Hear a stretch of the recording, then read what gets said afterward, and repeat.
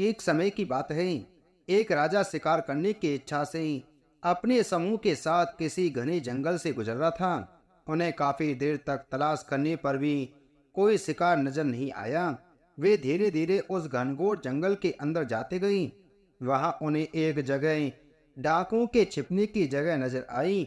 जैसे ही वे उनके पास पहुंचे ही थे कि वहां के एक पेड़ पर बैठा तोता बोलने लगा, पकड़ो पकड़ो, एक राजा आ रहा है। राजा के पास बहुत सारा कीमती सामान है। जल्दी आओ जल्दी आओ, इन्हें जाने मत दो, लूट लो।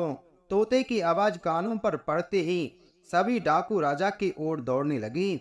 डाकुओं को अपनी तरफ तेजी से आते देख कर राजा और उसके सैनिक भी अपनी जान बचाकर भागे। वे तब तक नहीं रुके जब तक भागते भागते डाकुओं से कई कोस दूर निकल नहीं गए। सामने एक बड़ा सा पेड़ देखकर सब वहां रुके। कुछ देर आराम का सोचकर उस पेड़ के नीचे पहुंचे। जैसे ही पेड़ के पास पहुंचे कि उस पेड़ पर बैठा एक दूसरा तोता बोल पड़ा, पधारिए राजन, हमारे साधु महात्मा की कुटिया में आपका स्वागत करता हूँ। अंदर आइए, जलपान कीजिए और थोड़ा आराम कर लीजिए।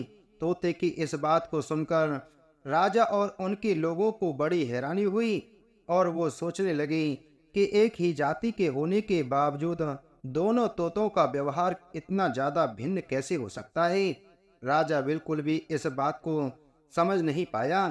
राजा तोते की बात मानकर अंदर साधु महात्मा की उस सुंदर कुटिया की ओर चला गया।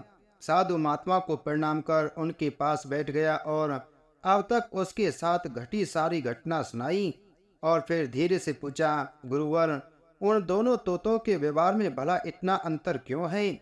साधु बाबा ने राजा की सारी बातें सुनी और बोले, राजन, ये सिर्फ संगति का असर है, बस और कुछ भी नहीं। डाकुओं के साथ रहते रहते पहला तोता भी उन्हीं की तरह हो गया और उन्हीं की भाषा बोलने लगा। दूसरा तोता कई सालों से मेरे साथ है, इसलिए उसकी भाषा और व्यवहार उस तोते से बिल्कुल विपरीत है। अर्थात जो जिस माहौल में रहता है वह वैसा ही बन जाता है। कहने का अर्थ है कि मूर्ख भी विद्वानों के साथ रहकर विद्वानों जैसा बर्ताव करने लगता है और अगर विद्वान भी मूर्खों की संगत में ज्यादा समय बिताता है तो उसके अंदर भी मूर्खी वाले गुण आ ही जाते हैं। इसलिए हमें संगति और माहौल का चयन सोच समझकर करना चाहिए। तो दोस्तों, वीडियो अच्छी लगी हो तो वीडियो को लाइक करें, चैनल पर नए हो तो चैनल को सब्सक्राइब जरूर करें।